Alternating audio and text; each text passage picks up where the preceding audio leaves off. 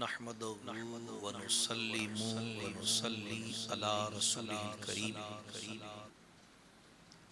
اما بعد فاعوذ بالله من الشيطان الرجيم بسم الله الرحمن الرحيم ان اولیاؤه الا المتقون صدق الله مولانا العظیم ببرکت ان اللہ و ملائکتہ یصلون علی النبی یا ایہا الذین آمنوا صلوا علیہ وسلموا تسلیما اللہم صلی علی سیدنا و مولانا محمد وعلی آل و اصحاب سیدنا و مولانا محمد معدن الجود والکرم وعلیہ واصحابہ وبارک وسلم صلاۃ و سلام علیک یا سیدی یا رسول اللہ وعلی آلک واصحابک یا حبیب اللہ صلی اللہ علیہ وسلم۔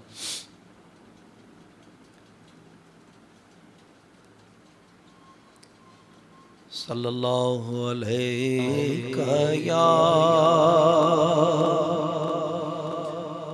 رسول اللہ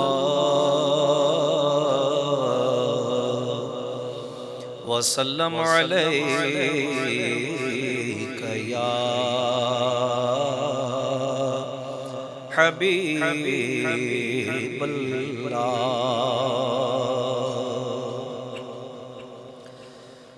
کھلا میرے دل کلی غوث اعظم، کھلا میرے دل کی کلی غوث اعظم، کھلا میرے دل کی کلی غوث اعظم، مٹا قلب کی بے کلی غوث اعظم، مٹا قلب کی بے کلی غوث اعظم، میرے چاند میں صدقے آ جائے ادھر بھی،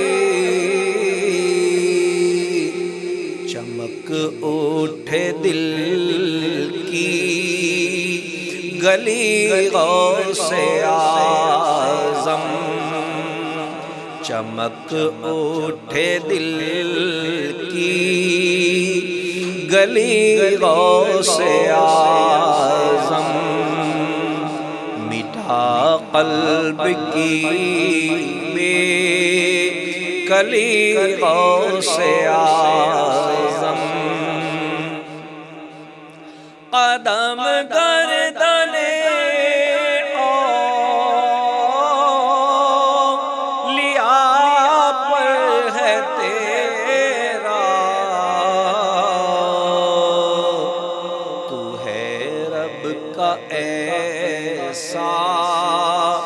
ولی غوث اعظم،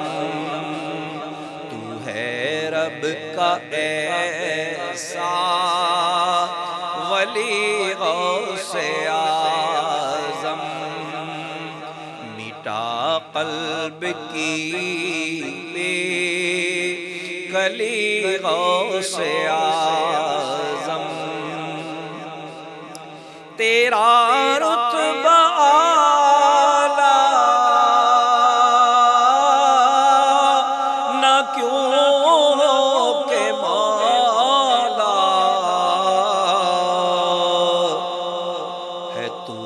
ابن مولا علی غوث اعظم، ہے تو ابن مولا علی غوث اعظم، مٹا قلب کی بے کلی غوث اعظم، پکارا جو یار اغثنی تو دم میں ہرائی مصیبت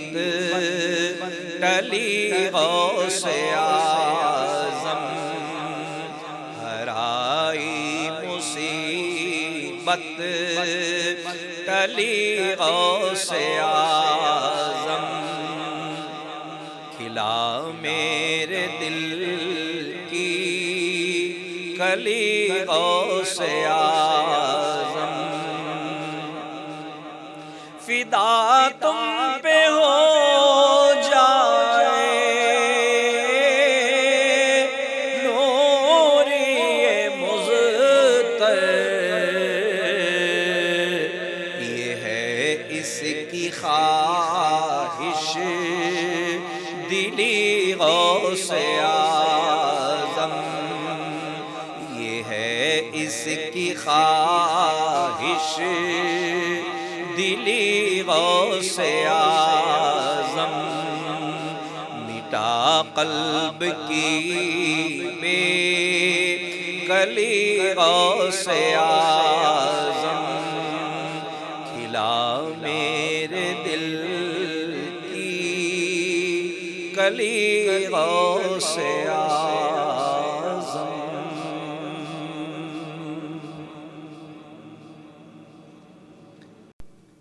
حمد و صلات اور منقبت کے بعد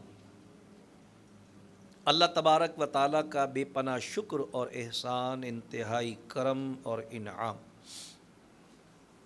کہ اس نے ہم جیسے گناہ گاروں، سیاہ کاروں، خطا کاروں، بے عمل اور نکمے بندوں کو اس کار خیر کی توفیق مرحمت فرمائی کہ اس کا دین سیکھنے کی نیت سے قرآن و حدیث کے اس مبارک درس کی متبرک محفل میں شرکت کی سعادت عطا فرمائی۔ درود اس کے پیارے حبیب علیہ الصلاۃ والسلام کی ذات والا صفات پر کہ دارین کی ہر سعادت، بھلائی کی ہر توفیق انہی کا صدقہ اور طفیل ہے۔ سلام ان کے ازواجین مطہرات، اہل بیت اطہار، صحابہ کرام، خلفائے راشدین رضوان اللہ تعالی علیہم اجمعین پر۔ حصول برکت کے لیے قرآن کریم سے آیت مقدسہ کی تلاوت کا شرف حاصل کیا۔ اس سے پہلے کہ تلاوت کردہ آیہ قرآنیہ کے تحت گفتگو عرض کی جائے، اللہ تعالیٰ سے دعا ہے کہ وہ اپنے پیارے حبیب لبیب نبی کریم رؤوف الرحیم علیہ افضل الصلاۃ و تسلیم کے صدقہ و طفیل مجھ گناہ گار کو حق کہنے کی توفیق عطا فرمائے۔ اللہ کریم ہم تمامی اہل ایمان کو حق سن کر حق کو قبول کرنے اور اس پر عمل کرنے کی توفیق عطا فرمائے۔ ماہ ربیع الاول شریف کا اختتام ہوتا ہے اور ماہ ربیع الثانی شریف کی ابتدا ہوتی ہے۔ ان دونوں مہینوں کو آپس میں ایک دوسرے کے ساتھ بھی بہت گہرا رشتہ و تعلق حاصل ہے، اور اہل ایمان کو بھی ان دونوں مہینوں کے ساتھ عقیدتوں اور محبتوں کی ایک خاص نسبت اور تعلق حاصل ہے۔ ربیع الاول پہلی بہار، ربیع الثانی دوسری بہار، تو ماہ ربیع الاول اختتام پذیر ضرور ہوتا ہے، لیکن اس ماہ مبارکہ میں اللہ تبارک و تعالی نے اہل ایمان کو اور اس کائنات کو سرکار علیہ السلام کی ولادت باسعادت کے ساتھ جو بہار عطا فرمائی ہے نہ اس کا اختتام ہوتا ہے اور نہ اس پر کبھی خزاں آتی ہے، بلکہ حق یہ ہے کہ کائنات کی باقی ساری بہاریں اسی ماہ ربیع الاول شریف میں اہل ایمان کو ملنے والی ولادت مصطفیٰ صلی اللہ علیہ وسلم کی بہار کا ہی صدقہ اور طفیل ہے۔ یہی وجہ ہے کہ ماہ مبارکہ اگرچہ اختتام پذیر ہوتا ہے، لیکن حضور علیہ السلام کی ولادت باسعادت کے جشن کی یہ محافل جو جشن عید میلاد النبی صلی اللہ علیہ وسلم کے عنوان سے قائم ہوتی ہیں، الحمدللہ ان کا سلسلہ سارا سال جاری اور باقی رہتا ہے، حتیٰ کہ ماہ ربیع الآخر شریف جس کو ربیع الثانی کہتے ہیں ابتدا پذیر ہو جاتا ہے، پھر بھی محفلوں کا تسلسل الحمدللہ جاری رہتا ہے، کیونکہ دونوں مہینوں کا آپس میں بڑا گہرا تعلق ہے۔ علماء فرماتے ہیں جس طرح جمعرات کے دن کی فضیلت جمعے سے متصل ہونے کی وجہ سے ہے کہ اس کا نام ہی جمعے کی رات ہے، فرمایا اسی طرح ربیع الثانی کی فضیلت بھی ربیع الاول کے ساتھ نسبت اور تعلق کے سبب اللہ تبارک تعالیٰ نے اس ماہ مبارکہ کو برکتیں عطا فرمائی، اور وہ نسبتیں جو اس تعلق کو بہت گہرائی کے ساتھ واضح کرتی ہیں کہ اللہ تبارک و تعالیٰ نے ربیع الاول شریف کو امام اعظم صلی اللہ علیہ وسلم کے ساتھ منسوب فرما کر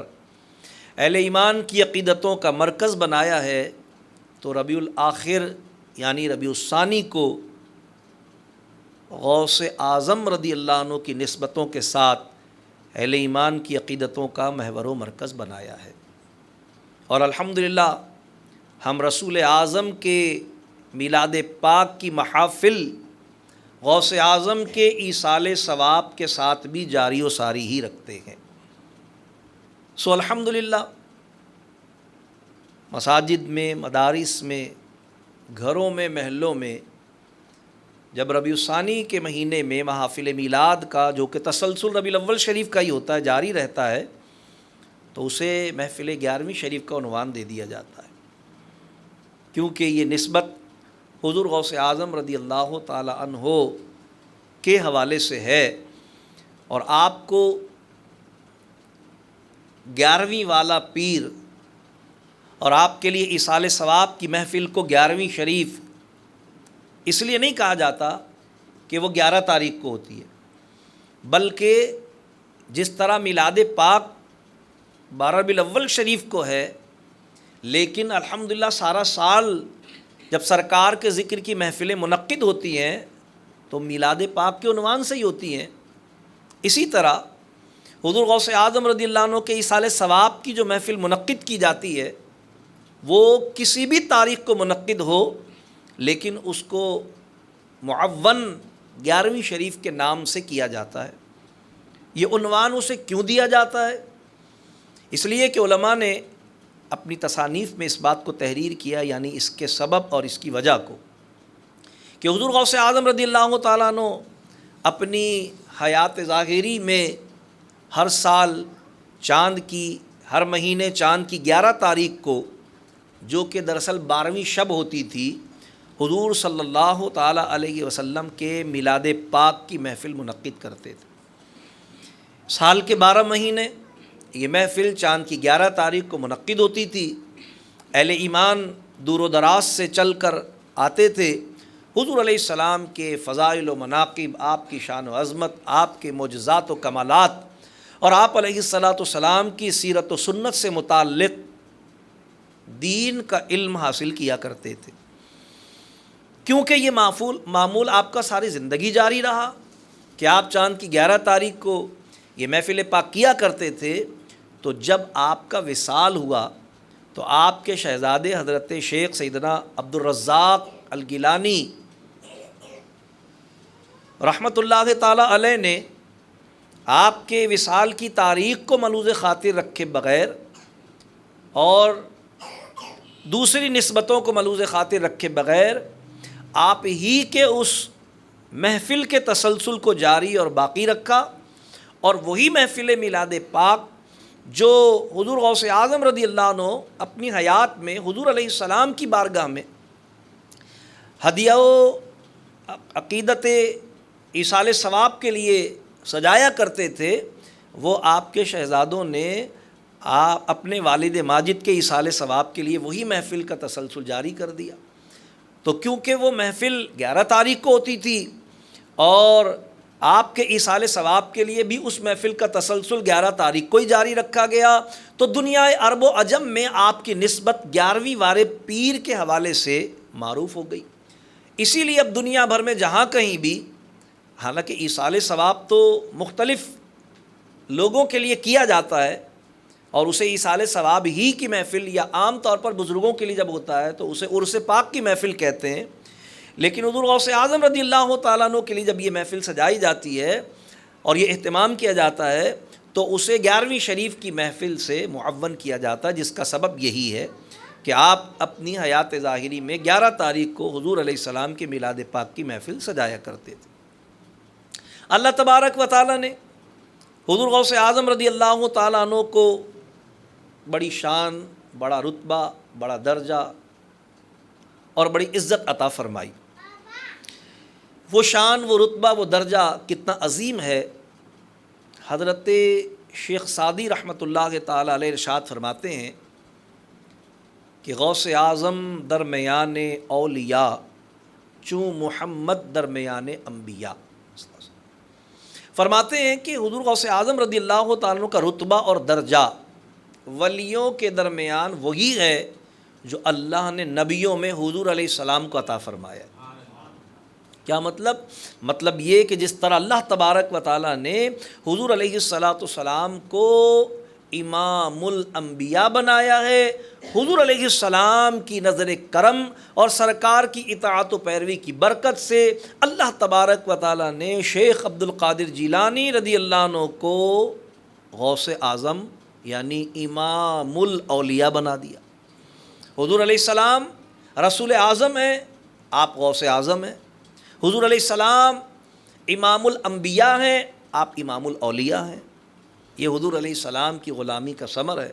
حضور علیہ السلام کی اطاعت و پیروی کی برکتیں ہیں۔ کتنا بلند رتبہ اللہ نے آپ کو عطا فرمایا، اس کے اظہار کے لیے، اس کے بیان کے لیے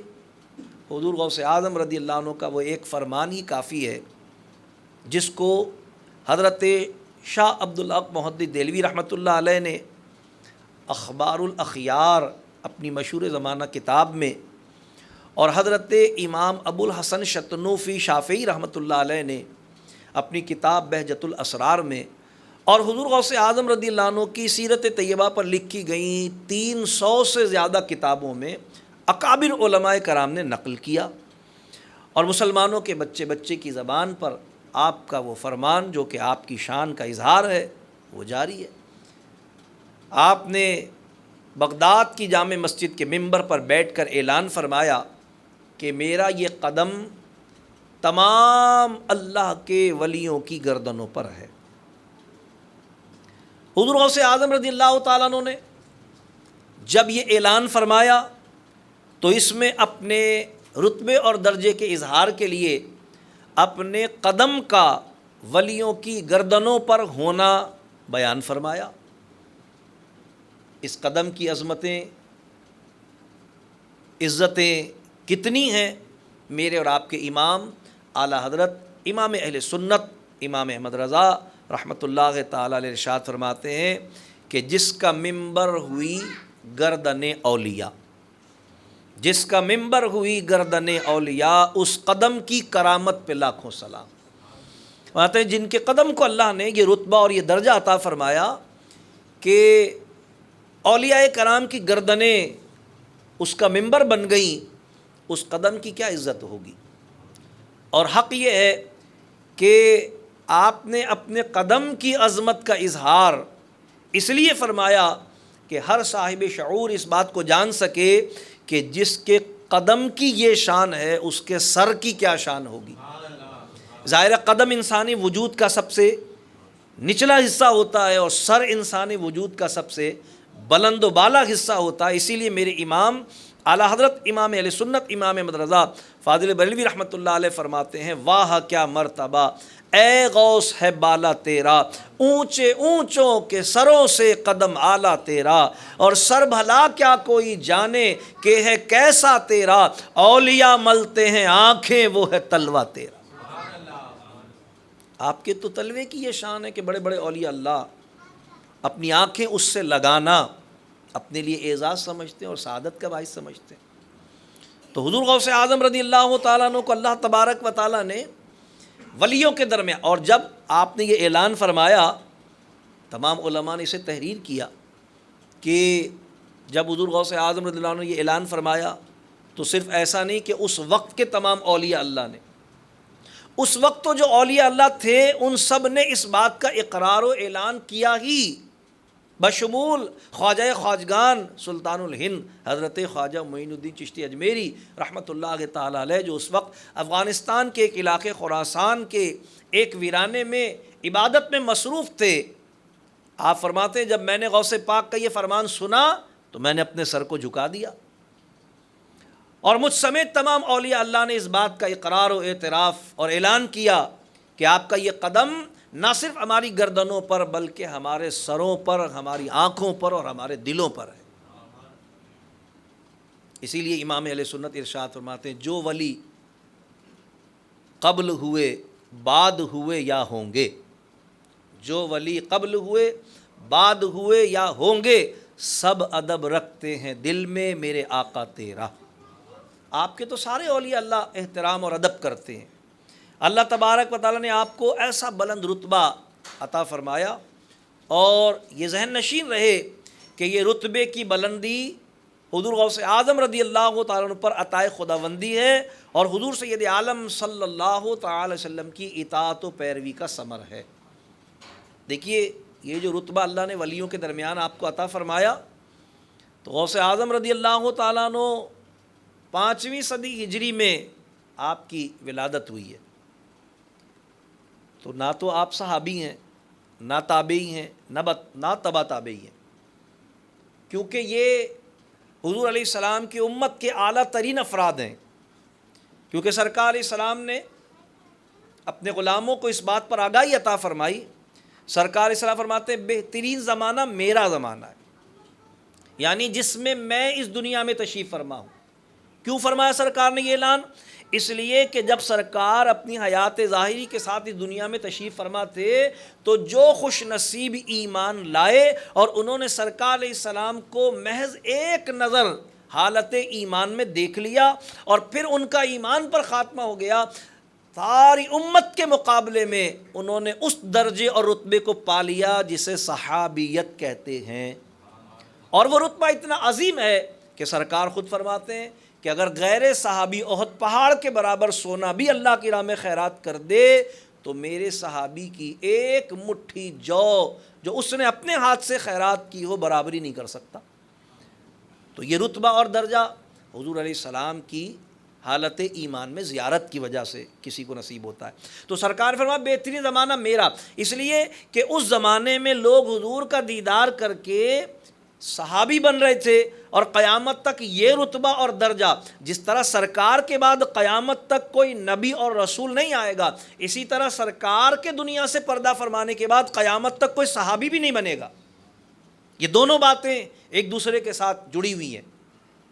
اور یہی وجہ ہے کہ آئین پاکستان میں جب مرزا غلام احمد قادیانی ملعون کو کافر قرار دیا گیا اور اس کے پیروکاروں کو کافر قرار دیا گیا تو اس میں اضافہ کر کے اس قانون اور اس شق کو بھی بڑھایا گیا کہ معاذ اللہ، کیونکہ مرزا اپنی بیویوں کو ازواج اور اپنے ساتھیوں اور دوستوں کو اصحاب کہتا تھا، پابندی لگائی گئی کہ حضور علیہ السلام کے صحابہ کرام کے سوا کسی بھی شخص کا اور کسی بھی فرد کے دوستوں کے لیے اس لفظ صحابی کا استعمال نہیں کیا جا سکتا۔ قانون نے اس کو جرم قرار دے دیا گیا۔ دینی طور پر تو خیر ہے ہی وہ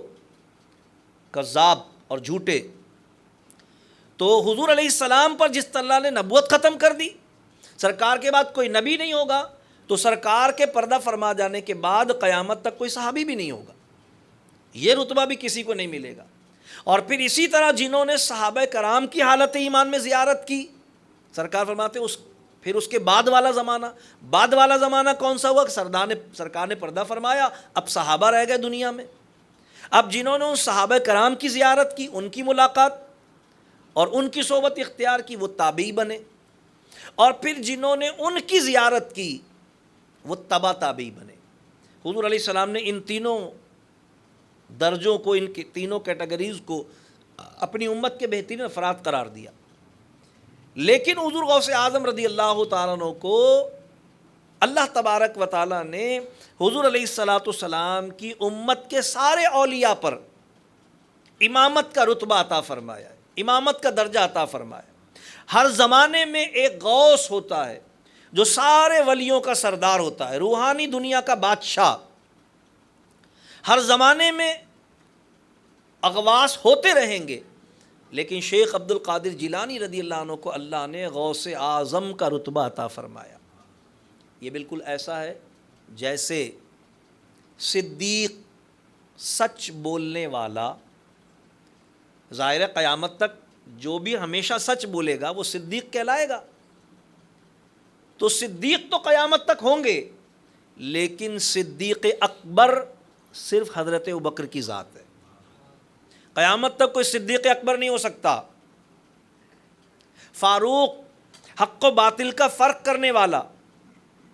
عدل و انصاف کا قائم کرنے والا، قیامت تک اس صفت کے حامل افراد یعنی فاروقیت سے متصف افراد دنیا میں پیدا ہوتے رہیں گے، جو حق بات بھی کریں گے اور حق و باطل کا فرق بھی بتائیں گے لوگوں کو، اور اس کے ساتھ ہی ساتھ عدل و انصاف کو قائم بھی کریں گے۔ تو فاروق تو قیامت تک ہوں گے، لیکن فاروق اعظم کوئی نہیں ہوگا، وہ صرف حضرت عمر رضی اللہ عنہ کی ذات، کہ جو رتبہ اللہ نے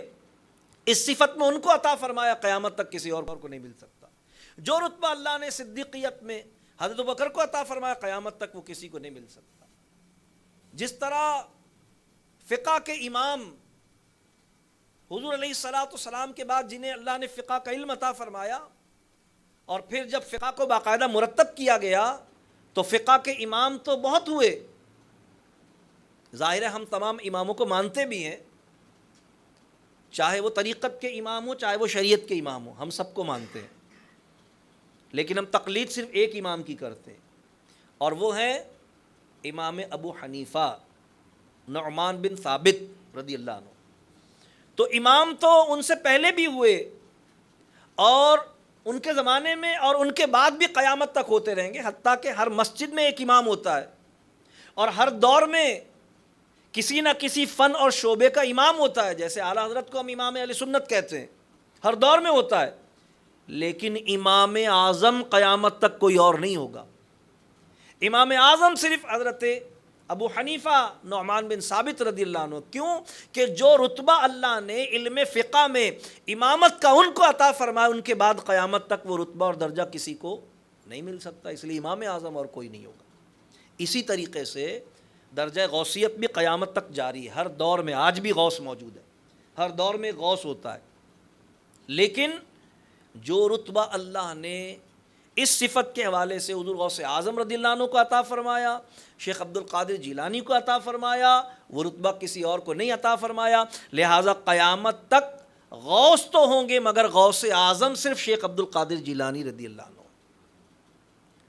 ایسا عظیم رتبہ، ایسا بلند رتبہ اللہ نے آپ کو عطا فرمایا۔ کیوں عطا فرمایا اللہ نے آپ کو یہ رتبہ؟ کس بنیاد پر عطا فرمایا اللہ نے آپ کو یہ رتبہ؟ خود حضور غوث اعظم سے سوال کیا گیا کہ یہ جو رتبہ اللہ نے آپ کو عطا فرمایا، قطبیت کا رتبہ جس کا کمال غوثیت پر ہوتا ہے، یہ رتبہ اللہ نے آپ کو کس بنیاد پر عطا فرمایا؟ تو حضور غوث اعظم رضی اللہ عنہ جو کہ پیدائشی ولی تھے، لیکن آپ سے جب پوچھا گیا کہ آپ کو یہ رتبہ اور یہ درجہ اللہ تبارک تعالیٰ نے کیوں عطا فرمایا، کس بنیاد پر عطا فرمایا، تو قصیدہ غوثیہ میں حضور غوث اعظم رضی اللہ عنہ نے اپنا تعارف خود کروایا، اس میں آپ نے اس سوال کا جواب بھی تحریر فرمایا، فرماتے درست علما حتی صرت قطبا، فرماتے میں علم حاصل کرتا رہا حتیٰ کہ اللہ نے مجھے درجہ قطبیت عطا فرما دیا. یعنی خود آپ نے اس رتبے اور درجے کے پانے کی وجہ اور سبب حصول علم کو بیان فرمایا. کیا وجہ ہے؟ کیا آپ کے پاس اعمال کی کمی تھی جو آپ نے علم کو اس منصب کے حصول کا ذریعہ اور وسیلہ قرار دیا؟ جب آپ سے سوال کیا گیا تو آپ نے چلوں کا ذکر نہیں کیا، وظیفوں کی بات نہیں کی، نوافل کا تذکرہ نہیں کیا، تسبیحات کی بات نہیں کی، آپ نے ریاضتوں اور مجاہدوں کا تذکرہ نہیں فرمایا، آپ نے نمازوں اور روزوں کی بات نہیں کی، حالانکہ یہ سب کچھ آپ کے دامن میں ایسا بے مثل و بے مثال ہے جیسا کہ خود آپ کی شخصیت بے مثل و بے مثال ہے. یعنی اگر ہم مثلا نماز کی بات کریں تو آپ میں سے اکثر نے علماء سے اس بات کو پہلے سنا ہوگا، اور بالخصوص حضرت امام ابو الحسن شتنوفی شافعی رحمۃ اللہ علیہ، جن کی مشہور زمانہ کتاب بہجت الاسرار ہے. اگرچہ غوث اعظم رضی اللہ عنہ کی سیرت پر 300 سے زیادہ اکابر علماء کی مستند کتابیں موجود ہیں، حضرت شاہ عبدالحق محدث دہلوی رحمۃ اللہ علیہ کی اخبار الاخیار سمیت، لیکن کیونکہ سب سے زیادہ جس کتاب کو مستند مانا جاتا ہے، جس میں اکابر علماء کرام کے جو حضور غوث اعظم رضی اللہ عنہ کے زمانے میں موجود تھے، ان کے واقعات اور ان کی تصدیقات اور ان کے بیان کردہ معاملات اس میں تحریر کیے گئے ہیں، ان سے روایات کی گئی ہیں، اس وجہ سے اس کی بہت زیادہ مستند حیثیت ہے. اس میں لکھا ہوا ہے، اور بہت بار آپ نے علماء سے سنا ہوگا کہ 25 سال تک حضور غوث اعظم رضی اللہ عنہ نے عشاء کے وضو سے فجر کی نماز ادا فرمائی. اب 25 سال تک عشاء کے وضو سے فجر کی نماز ادا کرنے والے آدمی کا رات بھر، ظاہر ہے کہ اس حال میں بسر کرنا کہ اس کا وضو قائم ہے، اس کا مطلب اس نے حالت عبادت میں اپنی رات کو بسر کیا نا. تو حضور غوث اعظم رضی اللہ عنہ کیا کرتے تھے رات بھر؟ اللہ اکبر. حضرت شاہ عبدالحق محدث دہلوی رحمۃ اللہ علیہ فرماتے ہیں حضور غوث اعظم رضی اللہ عنہ ہر رات نوافل میں ایک قرآن کریم مکمل تلاوت کیا کرتے تھے. سال ہر سال آپ کا یہ دستور رہا. آپ سوچئے کہ پھر ان کی نمازوں کا کیا حال تھا. جو نوافل میں پوری رات ایک قرآن پڑھنے میں بسر کرتا ہو، جو اپنی رات نوافل میں حالت قیام میں پورا ایک قرآن کریم تلاوت کرنے بسر کرتا ہو، وہ اپنی فرض نمازوں کا کیسا اہتمام کرتا ہوگا، کوئی الفاظ میں بیان نہیں کر سکتا اس چیز کو. اگر روزوں کی بات کریں تو مسلمانوں کا بچہ جانتا ہے، اور ان کی کرامتوں میں یہ بات تحریر ہے. اور میں عرض کر رہا ہوں کہ 300 سے زیادہ مستند اور اکابر علماء نے ان کی سیرت طیبہ پر قلم اٹھایا ہے. اگرچہ کتابیں تو اور بے شمار ہیں، لیکن کم سے کم 300 تصنیفات وہ ہیں جن کا مستند ہونا پوری امت میں معروف ہے. سب نے اس چیز کو تحریر کیا ہے کہ حضور غوث اعظم رضی اللہ تعالیٰ عنہ کی ولادت یکم رمضان المبارک کو ہوئی، اور جب آپ کی ولادت باسعادت ہوئی صبح صادق کے وقت ہوئی، اور آپ کی والدہ نے پیدا ہونے کے فوراً بعد، جیسا کہ بچے کو دودھ وغیرہ پلانے کا اہتمام ہوتا ہے، جب دودھ پلانا چاہا تو آپ نے دودھ نہیں پیا. صبح سے دوپہر اور دوپہر سے سے پہر ہو گئی، اور سے پہر سے شام سر پر آ گئی. سارے گھر والے پریشان ہو گئے کہ بچہ تو ہر اعتبار سے نارمل ہے بالکل، لیکن دودھ نہیں پی رہا. حکماء سے، اطباء سے رابطے کی نوعیت پیدا ہو گئی کہ بھئی کیا وجہ ہے، بچہ دودھ کیوں نہیں پی رہا؟ بظاہر تو بالکل نارمل ہے. لیکن اس سے پہلے کہ کسی طبیب اور حکیم کو بلا کے لایا جاتا، اذان مغرب ہو گئی. جب اذان مغرب ہو گئی تو شیخ عبد القادر جیلانی رضی اللہ عنہ نے دودھ پینا شروع کر دیا. گھر والوں کو معمہ بظاہر سمجھ میں نہیں آیا کہ اذان اور دودھ کا آپس میں کیا تعلق ہے، لیکن بہرحال مطمئن ہو گئے، نہ طبیب کی ضرورت رہی، نہ حکیم کو بلانے کی حاجت رہی. آپ تمام رات وقفے سے دودھ نوش فرماتے رہے جیسے بچہ پیتا ہے. لیکن پھر جب صبح صادق ہوئی تو پھر آپ نے دودھ پینا بند کر دیا، اور پھر تمام دن آپ نے دودھ نوش نہیں فرمایا. حتیٰ کہ گھر والوں کو آپ کا یہ روٹین، آپ کا یہ معاملہ سمجھ میں آ گیا کہ بھئی یہ بچہ دن بھر دودھ پیتا ہی نہیں ہے، بس رات میں ہی دودھ پیتا ہے. لیکن یہ بات اس وقت ان کے لیے زیادہ حیرت کا باعث بنی کہ ابتدائی طور پر تو وہ یہ تصور کر رہے تھے کہ بھئی بچہ فطرتاً یا عادتاً دن میں دودھ نہیں پی رہا ہے، رات میں دودھ پیتا ہے، لیکن جو ہی ماہ رمضان المبارک اختتام پذیر ہوا، جو ہی شوال المکرم کا چاند طلوع ہوا، تو بچے نے دن میں بھی دودھ پینا شروع کر دیا، رات میں بھی دودھ پینا شروع کر دیا۔ لوگوں میں معروف ہو گیا کہ سادات کے یہاں ایسے بچے کی ولادت ہوئی ہے جو دن بھر روزہ رکھتا ہے۔ علماء نے لکھا یہاں تک کہ جب اگلا سال آیا اور بادل والا موسم ہونے کے سبب سے، ظاہر اس زمانے میں رؤیت الہلال کمیٹی بھی نہیں تھی اور یہ جدید آلات بھی نہیں تھے جن سے چاند کی رؤیت کی جاتی، ظاہر ہے لوگ اپنے اپنے طور پر کھلے علاقے میں نکل کر چاند دیکھا کرتے تھے اور چاند دیکھ کر روزہ رکھا کرتے تھے۔ بادل والا موسم تھا، لوگ تذبذب میں تھے کہ نہ جانے چاند ہوا ہے یا نہیں ہوا ہے، ہم روزہ رکھیں یا نہ رکھیں۔ لوگوں نے مشاورت کی کہ سادات کے یہاں جو بچہ عبد القادر ہے، پچھلے سال پورے رمضان اس نے روزے رکھے تھے، تب ہم یہ کرتے ہیں کہ احتیاطاً ہم صبح فجر کے بعد کچھ کھائیں گے پیئیں گے نہیں، اور عبد القادر کے گھر سے معلوم کر لیں گے کہ عبد القادر نے دودھ پیا ہے یا نہیں پیا ہے۔ اگر عبد القادر نے دودھ نہیں پیا ہوگا تو پھر ہم سب روزہ رکھیں گے، روزہ پورا کر لیں گے، اور اگر وہاں سے بتایا گیا کہ نہیں بچہ تو حسب معمول دودھ پی رہا ہے تو پھر ہم یقین کر لیں گے کہ بھئی آج روزہ نہیں ہے، پھر اگلے دن دیکھیں گے۔ اللہ کی شان ہے کہ جب حضرت شیخ عبد القادر جیلانی رضی اللہ عنہ کے گھر سے اس بات کی تصدیق کی گئی تو بتایا گیا کہ بھئی صبح صادق کے بعد سے عبد القادر نے دودھ نہیں پیا ہے۔ لوگوں نے کہا بھی ہم روزہ رکھیں گے، لہذا لوگوں نے روزہ رکھا، افطار کیا، اور دوسرا دن جب شام کا وقت ہوا تو بادل بالکل نہیں تھے، آسمان بالکل کھلا ہوا تھا، چاند پکار پکار کر کہہ رہا تھا کہ میں دوسرے دن کا چاند ہوں۔ ظاہر ہے جو لوگ اس زمانے میں تو لوگ بہت زیادہ ان چیزوں کو جانتے تھے کہ چاند کا طلوع اور غروب اور سورج اور ستاروں کے مقامات تک کو لوگ جانتے تھے اور انہی سے راستہ بھی دیکھتے تھے، تو سب کو سمجھ میں آ گیا کہ عبد القادر وہ خوش نصیب بچہ ہے کہ جو پیدائشی طور پر روزے رکھتا ہے،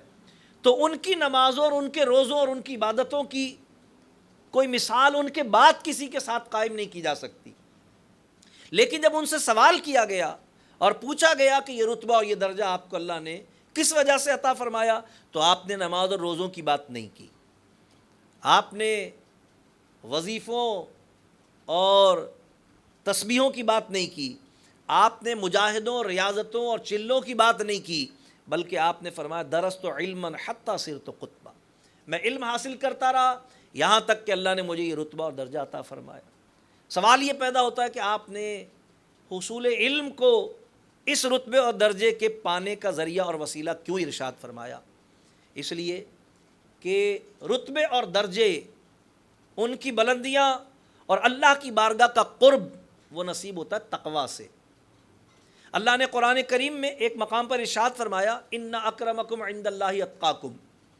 بے شک تم میں سے اللہ کے نزدیک زیادہ عزت والا وہ ہے جو زیادہ پرہیزگار ہے، اور اللہ تبارک تعالیٰ جس کی پرہیزگاری کو قبول کر لیتا ہے اس کو اپنا دوست بنا لیتا ہے۔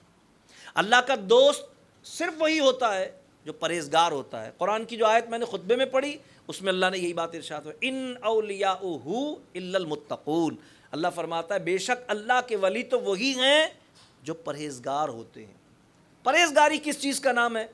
پرہیزگاری نام ہے اپنی عملی زندگی میں اور اپنے معمولات شب و روز میں رسول اللہ صلی اللہ علیہ وسلم کے احکام شریعت اور آپ کی سنت کو ملحوظ خاطر رکھنے کا نام تقوی اور پرہیزگاری ہے۔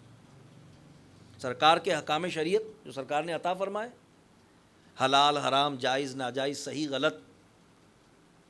کو پیش نظر رکھنا اور اپنے افعال میں حضور علیہ الصلاۃ والسلام کی سنت اور آپ کے طریقے کو رائج اور لاگو کرنا، یہ تقوی ہے۔ اب حضور غوث اعظم نے علم کو کیوں بیان فرمایا؟ اس درجے اور رتبے کے حصول کی وجہ اس کا ایک خاص تعلق ہے۔ تعلق کیا ہے؟ تعلق یہ ہے کہ کسی بھی عمل پر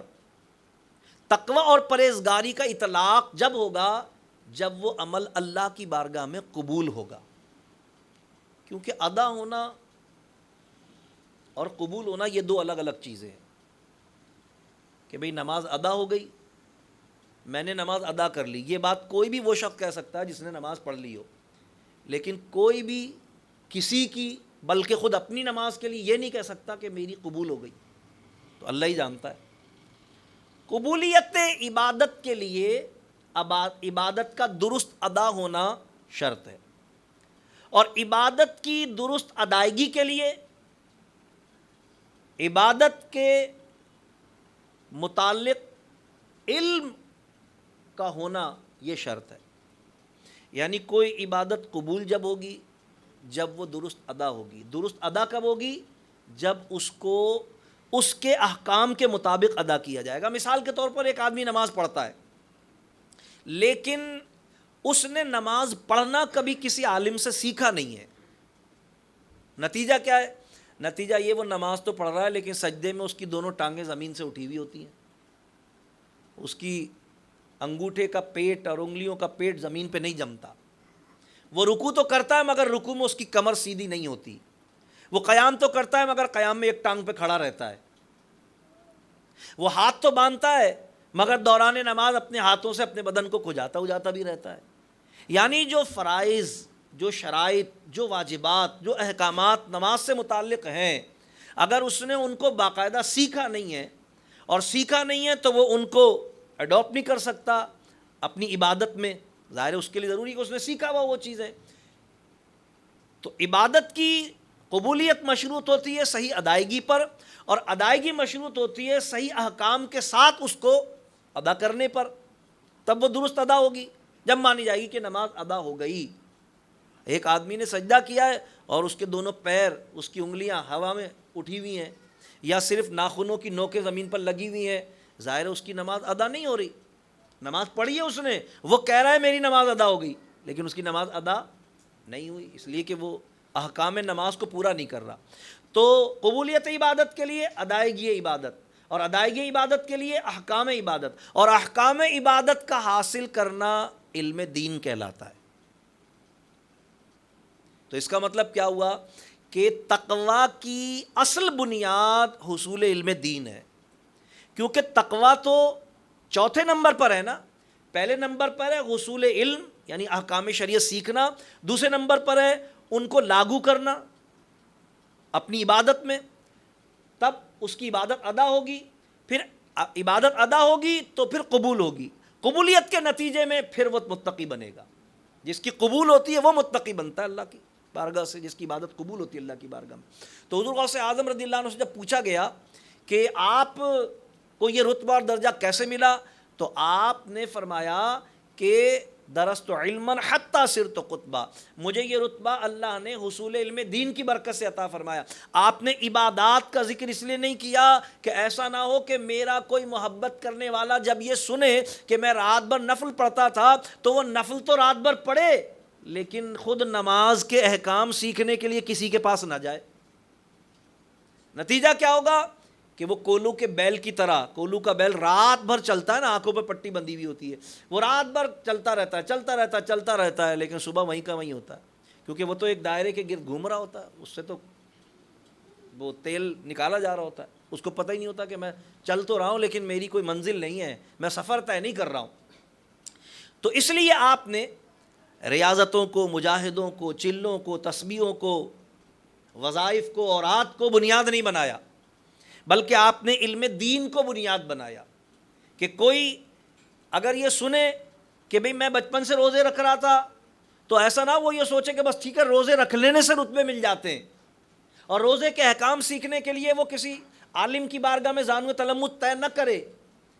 کوئی یہ سنے کہ میں ساری رات عشاء کے وضو فجر کی نماز ادا کر کے تلاوت قرآن کریم میں نوافل میں اپنی رات بسر کرتا تھا، وہ بھی اس عمل کو اختیار کرنا شروع کر لے، لیکن خود قرآن کریم کا پڑھنا وہ کسی سے نہ سیکھے،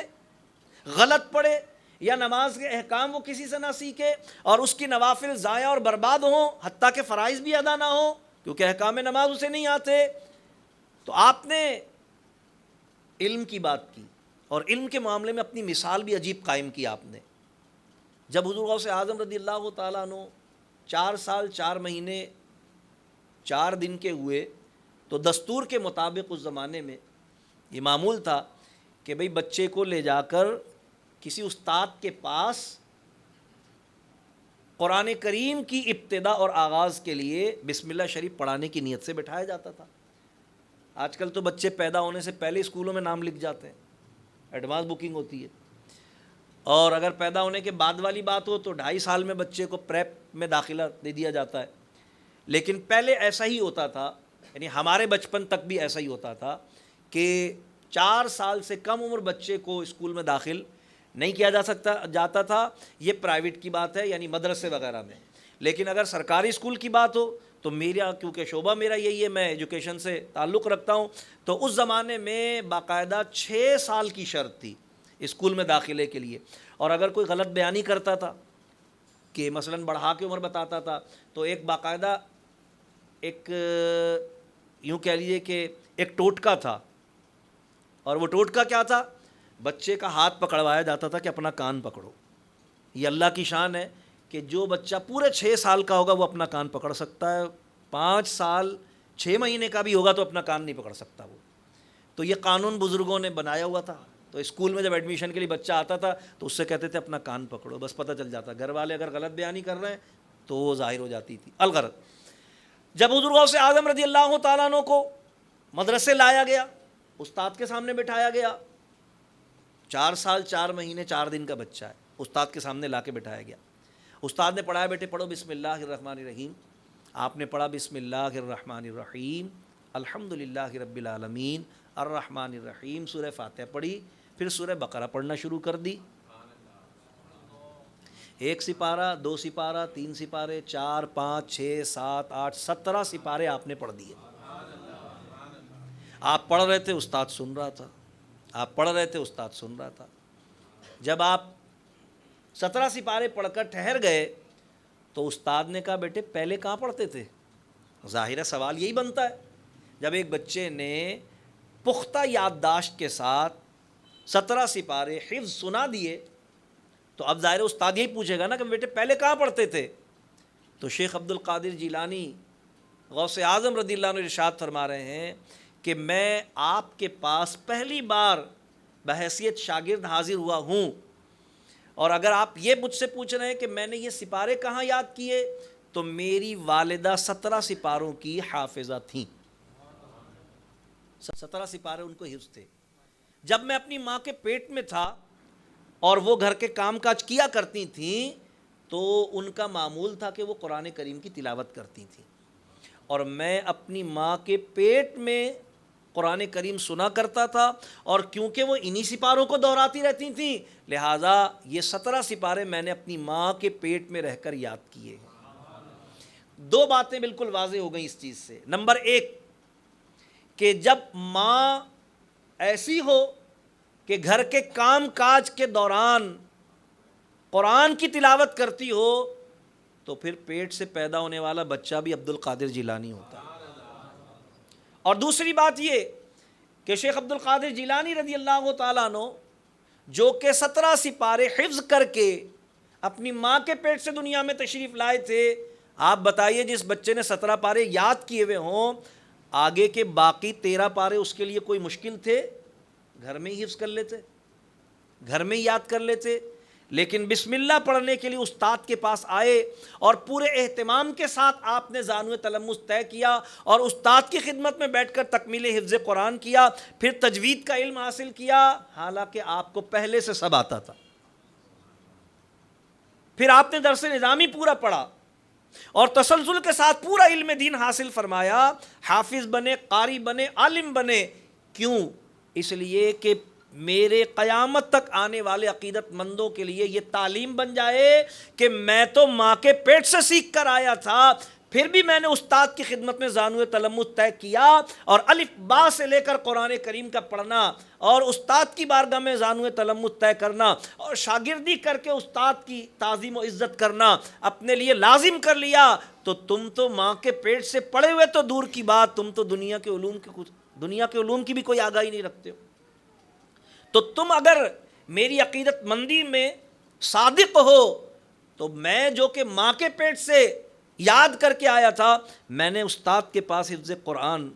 کو نہ صرف یہ کہ اختیار کیا بلکہ پھر اپنی عملی زندگی میں اسے ہر رات ایک ختم قرآن کی صورت میں اختیار بھی کیا. گویا آپ نے علم دین کے اصول کو بنیاد بنا کر سب پر اس بات کو واضح کر دیا کہ شیخ عبد القادر جیلانی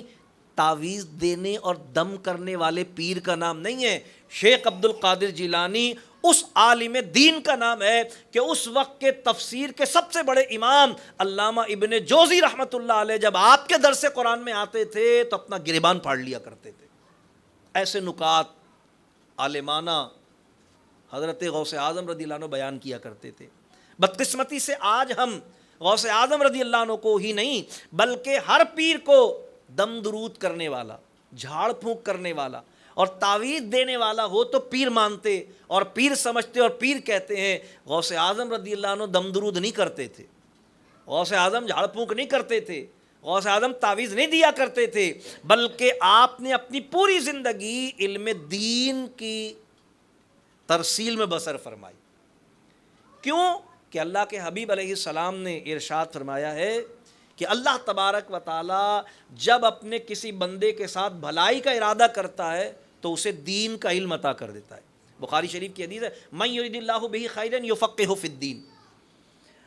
اور اللہ نے قرآن میں اعلان فرمایا ہے اوتوا العلم درجات، ہم جب بھی کسی کا درجہ بلند کرتے ہیں تو وہ علم والا ہوتا ہے، علم والوں کے درجے بلند ہوتے ہیں. شیخ عبد القادر جیلانی رضی اللہ تعالیٰ عنہ نے اپنے عقیدت مندوں کو عملی طور پر یہ تعلیم عطا فرمائی کہ ریاضتیں اور مجاہدیں ہر شخص کے لیے ثانوی حیثیت رکھتے ہیں، پہلے علم دین کا حاصل کرنا، کیونکہ ریاضت اور مجاہدہ درستگی اور قبولیت کے مرحلے پر پہنچے گا ہی جب اس کے متعلق احکام شریعت کو سیکھ لیا جائے گا.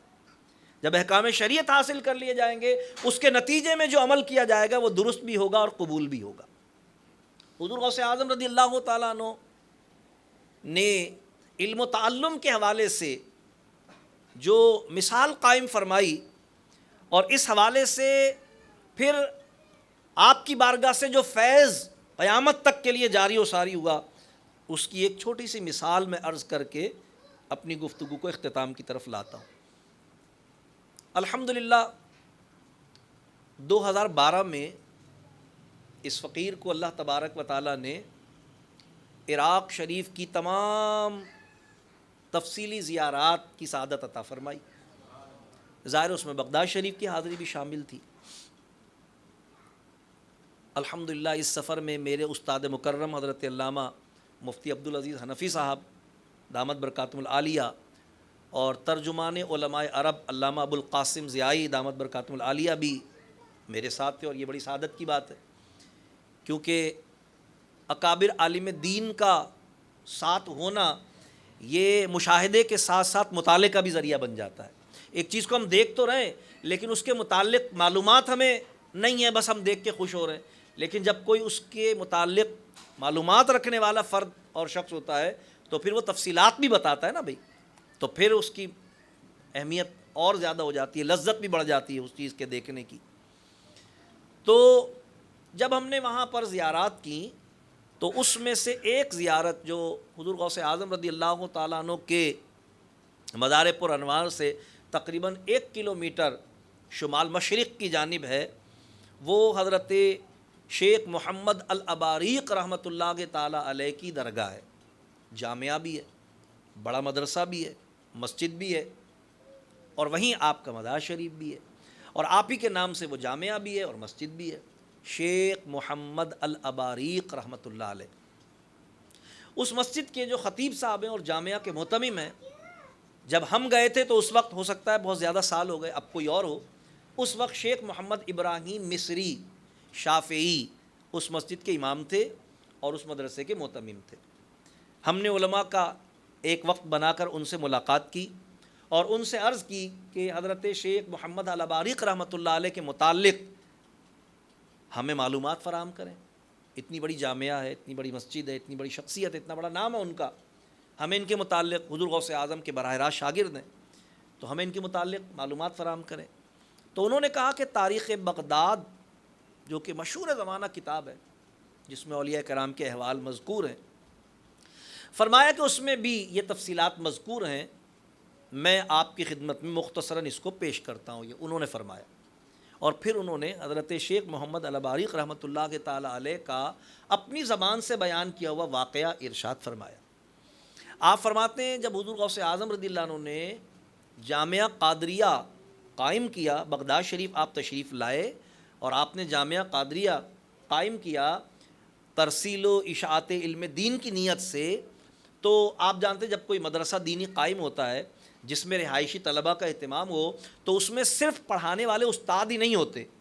بلکہ اس کے لیے کچھ ایسا عملہ بھی درکار ہوتا ہے۔ مثال کے طور پر کوئی چوکیدار بھی ہوتا ہے مدرسے میں کہ رات کو بچے سوئیں گے تو ان کے لیے حفاظت کا انتظام ہونا چاہیے۔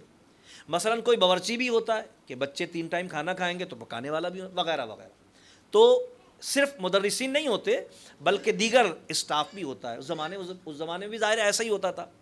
اس زمانے میں کیونکہ یہ پانی کی موٹریں وغیرہ نہیں ہوتی تھیں، لہٰذا اس زمانے میں مزدوری کا ایک شعبہ یہ بھی تھا کہ کنویں سے پانی نکال کر لوگ مزدوری کیا کرتے تھے۔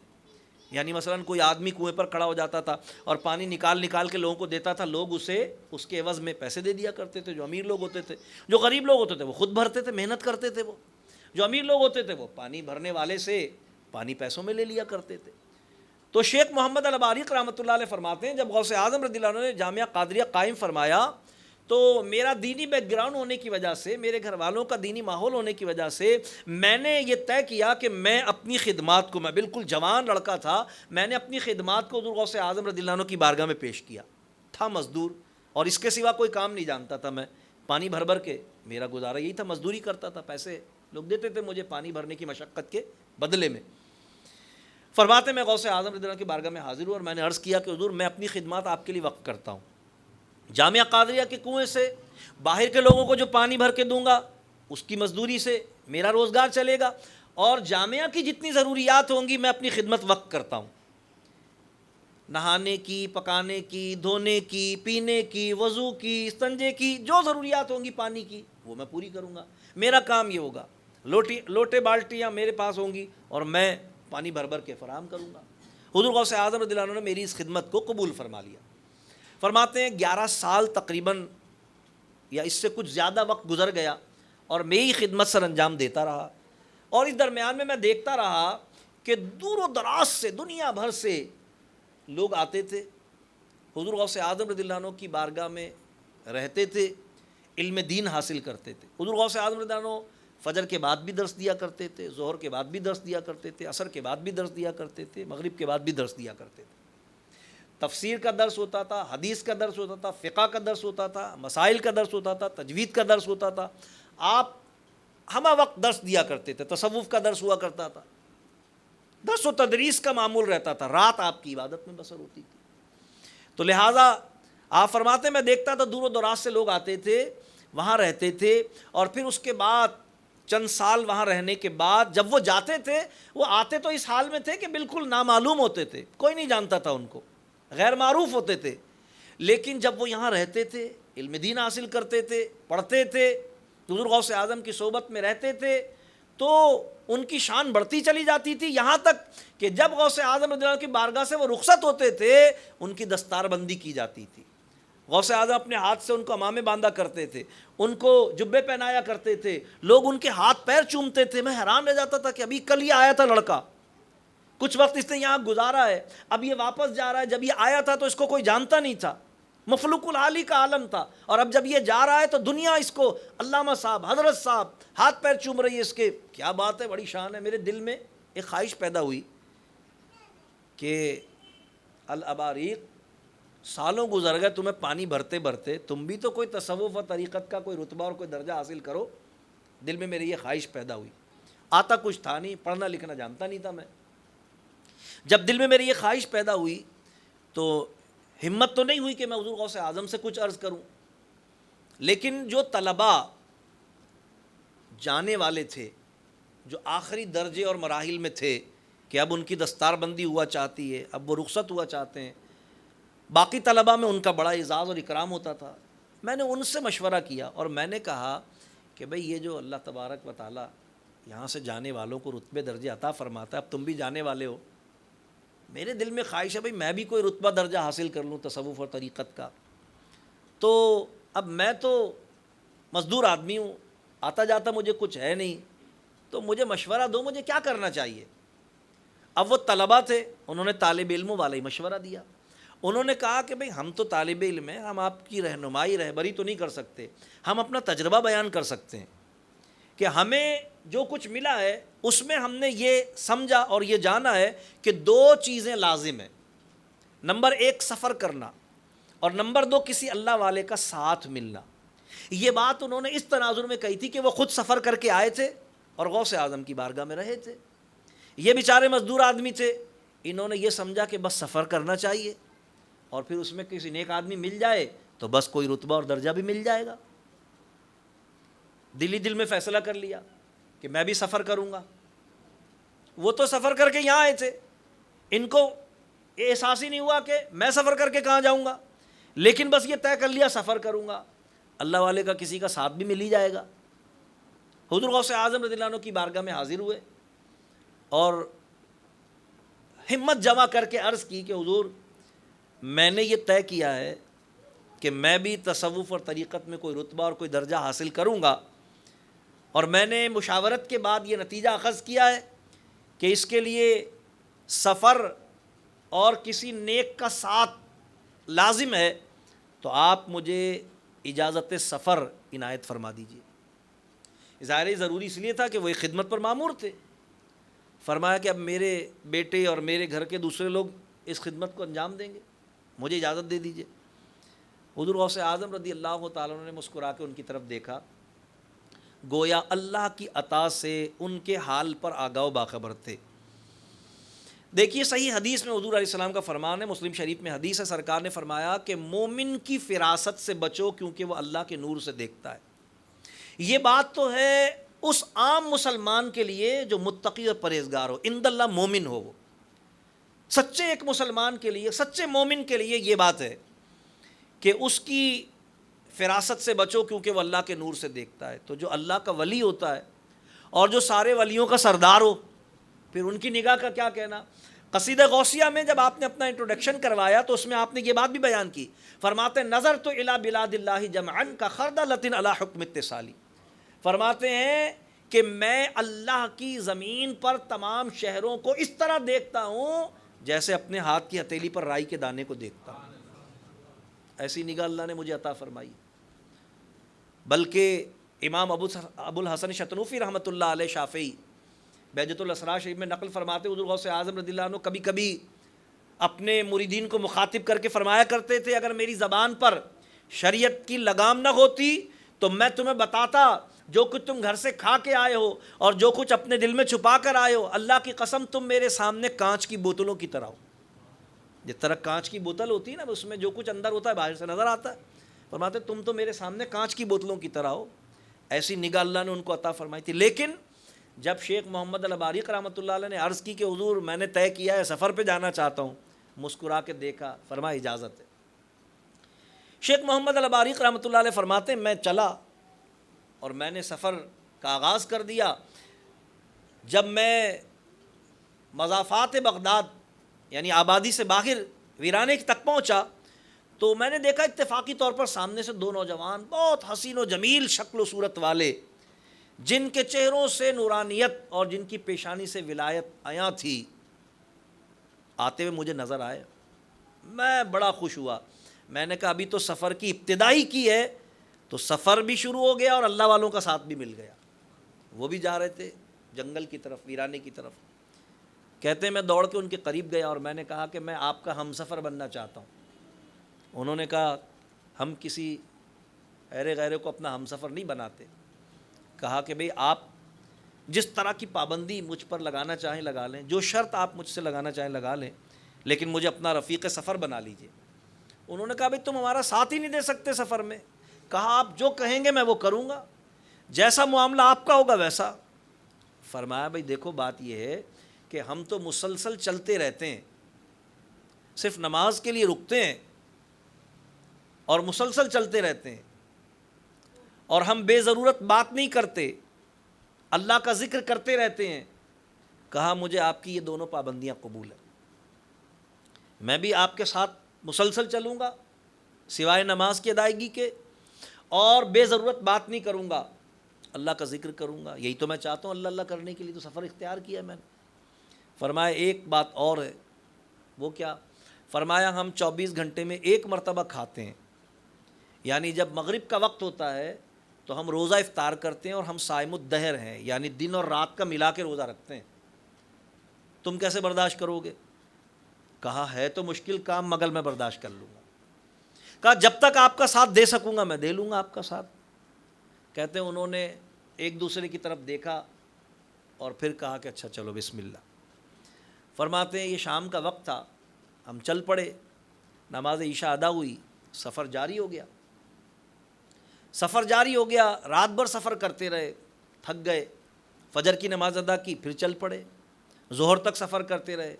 تھکان کے ساتھ ساتھ بھوک اور پیاس بھی غلبہ کرنے لگی۔ ظہر کی نماز ادا کی، پھر عصر تک چلتے رہے، کہنے لگے آہستہ آہستہ میرا حال بہت پتلا ہونے لگا، اور میں منتظر ہوا کہ کسی طرح مغرب آ جائے، حتیٰ کہ عصر کی نماز ادا کی، پھر بھی سفر جاری رہا۔ نماز مغرب کا وقت آیا، ایک جگہ پر بیٹھ گئے۔ جب وہاں پر بیٹھے تو ایک نے دوسرے کی طرف دیکھا، اور پہلے نے دعا کے لیے ہاتھ بلند کیے اور دعا کی ابتدا کی، دوسرے نے آہستہ سے آمین آمین کہنا شروع کر دیا۔ نہ اس کی دعا مجھے سنائی دے رہی تھی نہ اس کی آمین، صرف یہ لگ رہا تھا کہ ہاں یہ دعا کر رہا ہے اور یہ آمین کہہ رہا ہے۔ میں بھی آنکھیں بند کر کے ان کے ساتھ بیٹھ گیا، اور میں نے بھی آمین کہنے والے کا ساتھ دینا شروع کر دیا۔ دعا تو مجھے پتہ ہی نہیں تھی کون وہ کیا کر رہا ہے، دعا مجھے تو پتہ ہی نہیں تھی، میں نے اس کے ساتھ آمین آمین میں شرکت کی۔ آنکھ بند کیے، بہت برا حال تھا، آمین آمین کہہ رہے تھے، اچانک مجھے محسوس ہوا کہ کوئی غیر مخصوص، کوئی غیر متعلقہ، کوئی غیر معمولی بات ہو گئی ہے۔ تو جیسے ہی میں نے گھبرا کر آنکھیں کھولیں تو میں یہ دیکھ کر حیران رہ گیا کہ ہمارے سامنے دسترخوان موجود تھا، اس پر کھانا موجود تھا۔ میں نے زندگی میں ایسا کھانا کبھی نہیں کھایا تھا۔ خوب شکم سیر ہو کر کھانا پیا، کھانا کھایا، پانی پیا۔ میں حیران تھا یہ کھانا آیا کہاں سے اور اب اٹھائے گا کون، لیکن بہرحال کھایا پیا، خوب شکم سیر ہو گیا، ویسے کہ ویسے اٹھ کر چل پڑے، چل دیے۔ پھر سفر شروع ہو گیا، نماز عشاء کے بعد پھر سفر جاری ہو گیا، پھر رات بھر سفر کیا، پھر فجر ادا کی، سفر کیا، ظہر ادا کی، سفر کیا، عصر ادا کی، سفر کیا۔ مغرب ادا کرنے کے بعد جب بیٹھے تو پھر وہ دونوں ایک دوسرے کی طرف دیکھتے ہیں، اب کہ پہلے والے نے دوسرے والے کی طرف گویا توجہ کی تو اس نے دعا کرنا شروع کر دی، اور پہلے والا آمین کہنے لگا، میں اب کے پہلے اس کے ساتھ آمین کہہ رہا تھا، میں نے اس کے ساتھ آمین کہنا شروع کر دیا۔ ظاہر ہے مجھے تو پتہ ہی نہیں تھا کیا دعا کر رہے ہیں، کیا معاملہ۔ پھر میں آنکھیں بند کر کے منتظر تھا بڑی شدت کے ساتھ۔ اچانک مجھے محسوس ہوا کہ بھئی کوئی غیر معمولی بات ہوئی ہے۔ جب میں نے آنکھیں کھولی تو دسترخوان موجود تھا۔ میں بڑا حیران تھا، اور میں نے دل میں کہا کہ بھئی سفر تو ہے ہی ہے، لیکن جو نیت کر کے چلا تھا وہ بھی معاملہ پکا ہو گیا۔ تو ایسے اللہ کے ولی ہیں، غیب سے روزی آتی ہے ان کی، تو بھئی مجھے ان کی ولایت کا، ان کی کرامت کا خوب ادراک ہو گیا۔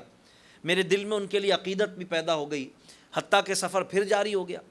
کہتے ہیں جب تیسرا دن آیا اور مغرب کی نماز کے بعد ہم وہاں پر بیٹھے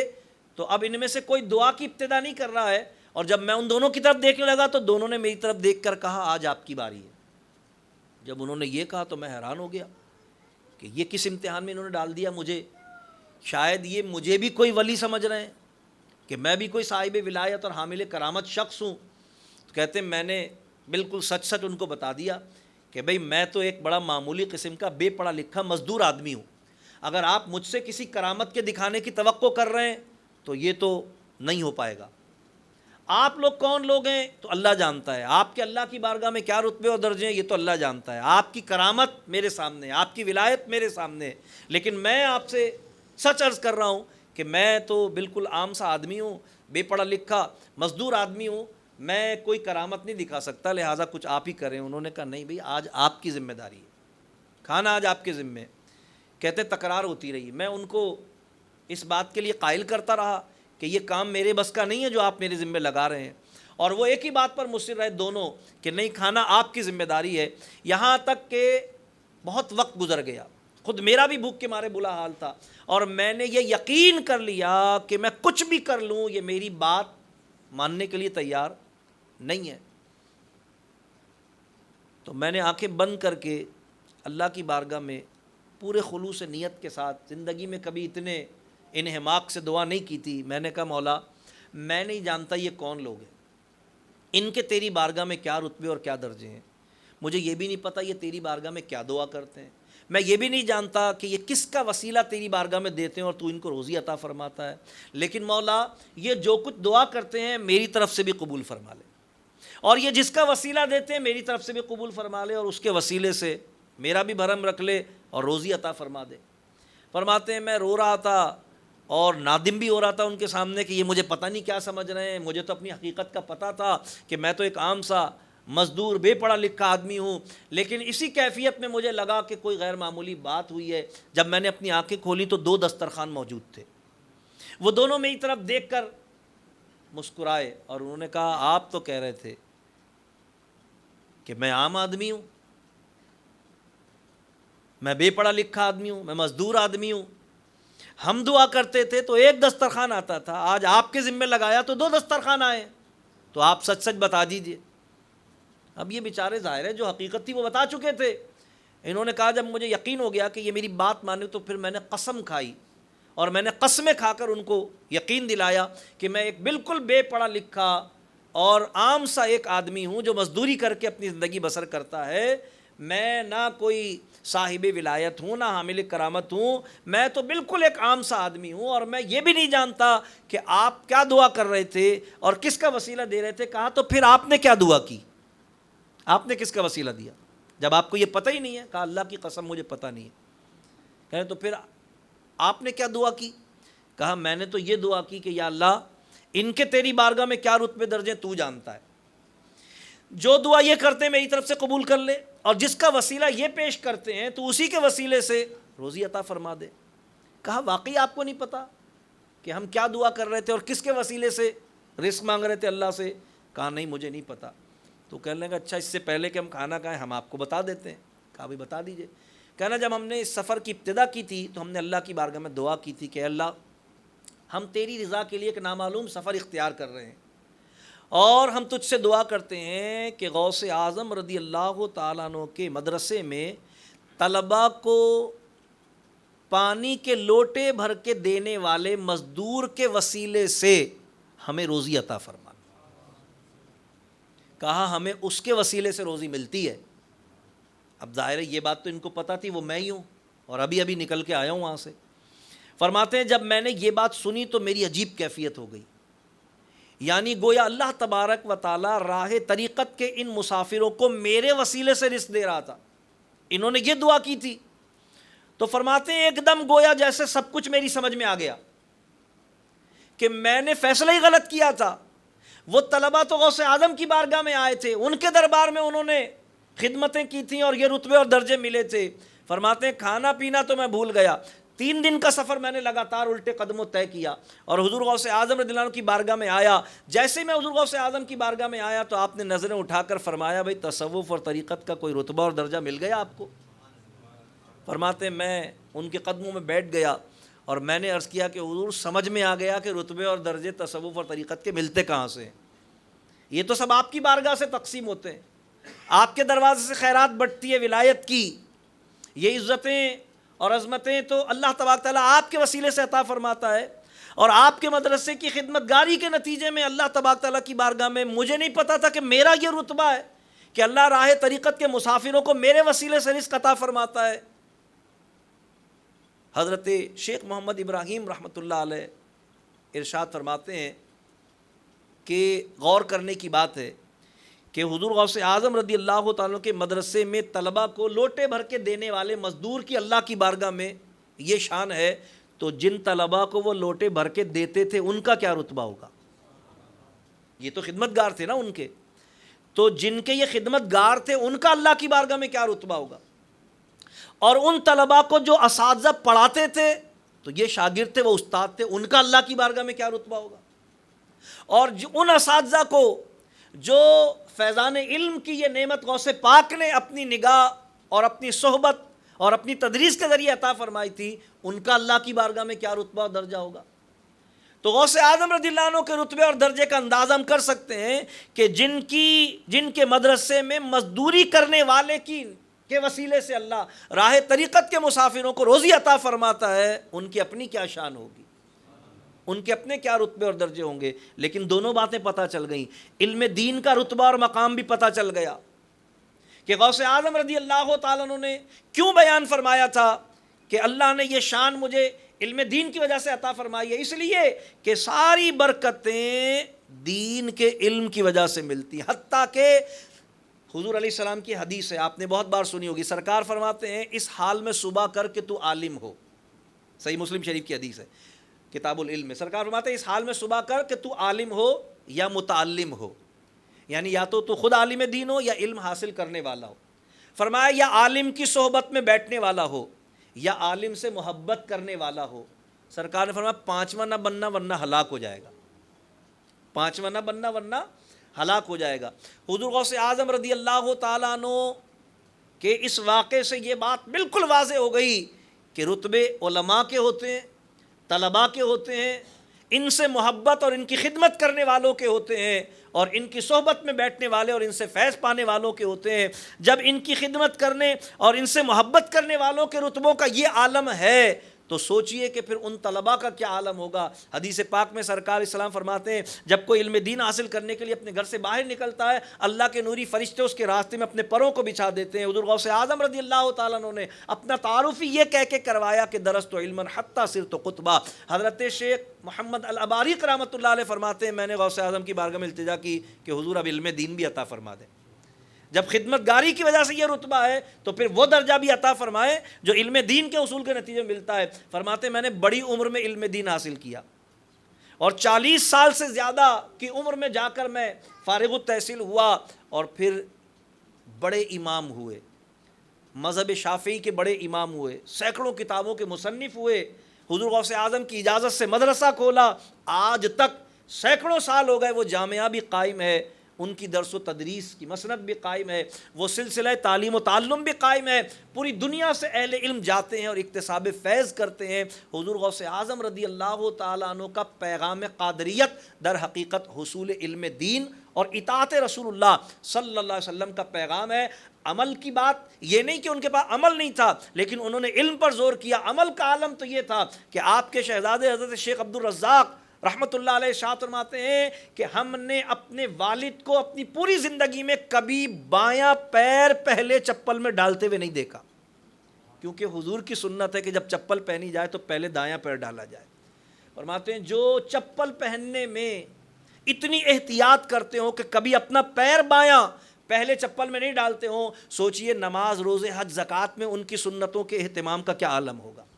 عبادات اور معمولات زندگی میں ان کی سنتوں پر احتیاط کا کیا عالم ہوگا۔ اس لیے کہ اللہ تبارک تعالیٰ نے اپنی محبوبیت کو مشروط کیا حضور کی اطاعت کے ساتھ۔ اللہ نے فرمایا فاتبعونی یحببکم اللہ، میرے محبوب فرما دیجئے اگر میرے سچے فرما بردار بنو گے تو اللہ تمہیں اپنا محبوب بنائے گا۔ اللہ کا ہم پر کرم ہے کہ رب کائنات نے ہمیں غوث اعظم رضی اللہ عنہ کی غلامی عطا فرمائی ہے، اور اہل سنت پر تو اللہ کا کرم ہی کرم ہے کہ ادھر رسول ہمارا رسول اعظم ہے، ادھر امام ہمارا امام اعظم ہے۔ نوازشیں ہیں خدائے کریم کی کیا کیا، ہمیں جو غوث ملا وہ بھی غوث اعظم ہے۔ وآخر دعوانا ان الحمد للہ رب العالمین۔